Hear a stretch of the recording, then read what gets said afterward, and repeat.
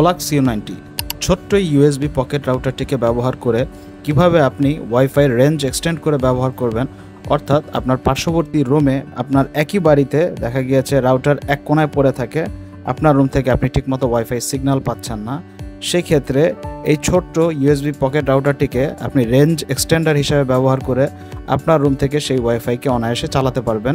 192.168.0.1 press করলে যখন password দিবেন অ্যাডমিন সেখানে গেলে আপনি দেখতে পাবেন এটার ভিতরে কত ম্যাসিভলি ফার্মওয়্যারটা সাজিয়ে দেওয়া আছে। ওয়াইফাই রেঞ্জ এক্সটেন্ডার হিসেবে কিভাবে এটাকে ব্যবহার করবেন সেটা একটু দেখিয়ে দিচ্ছি। ওয়াইফাই সেটিংসে ক্লিক করবেন, এরপর অ্যাডভান্স সেটিংসে আসবেন। এখানে আসার পর দেখবেন ওয়াইফাই সুইচ ইনেবল করা আছে কিনা, যদি ডিসেবল করা থাকে এটা ইনেবল করে অ্যাপ্লাইতে ক্লিক করবেন। আমার যেহেতু ইনেবল করা আছে সো আমি সরাসরি এখন ইন্টারনেট ওয়াইফাইতে চলে যাব। ইন্টারনেট ওয়াইফাইতে ক্লিক করার পর আপনি এখানে দেখতে পাবেন ইন্টারনেট ওয়াইফাই সুইচ, এটা ইনেবল করা আছে কিনা, এটা ডিসেবল করা থাকলে এটাকে ইনেবল করবেন। ইনেবল করার পর এখানে যে অপশন দেখতে পাচ্ছেন ওয়াইফাই হটস্পট, এখানে হচ্ছে আপনার কাজটা।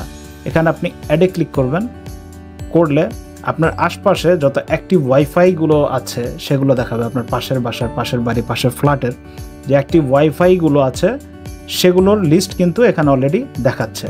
তো এটার সাথে কানেক্ট করতে হলে অবশ্যই আপনার সেই পাসওয়ার্ডটা জানতে হবে, অর্থাৎ আপনি যেই বাসার ওয়াইফাইয়ের সাথে এটাকে এক্সটেন্ডার হিসেবে ব্যবহার করতে চান সেই পাসওয়ার্ডটা অবশ্যই আপনাকে জানতে হবে, আদারওয়াইজ কিন্তু আপনি কানেক্ট করতে পারবেন না। এটি হচ্ছে রেঞ্জ এক্সটেনশনের কাজ। সো এখন আমি উদাহরণস্বরূপ অ্যাপেল নেটের সাথে কানেক্ট করব। ক্লিক করলে দেখতে পাচ্ছেন যে এখানে পাসওয়ার্ড চাচ্ছে, আর বাকি সব ঠিকঠাক আছে, যা আছে তাই, এখানে আর কিছু করতে হবে না, শুধু পাসওয়ার্ডটা সঠিকভাবে বসাতে হবে। সো আমি পাসওয়ার্ডটা দিয়ে দিচ্ছি।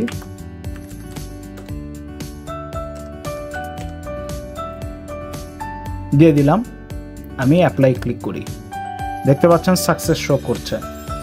সো আশা করি আমাদের নেটটা কিছুক্ষণের মধ্যেই কানেক্ট হয়ে যাবে।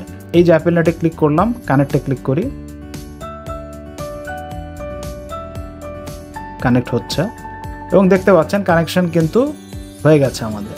আমরা একটু ব্রাউজারে চেক করে দেখি যে আমাদের ঠিকঠাক মতো নেট চলছে কিনা। আমরা ইউটিউবে যাই, এ হচ্ছে ইউটিউব, দেখতে পাচ্ছেন ইন্টারনেট কিন্তু চলছে পাশের বাড়ির ওয়াইফাই থেকে। সো এভাবে আপনি এটাকে রেঞ্জ এক্সটেন্ডার হিসাবে চালাতে পারবেন।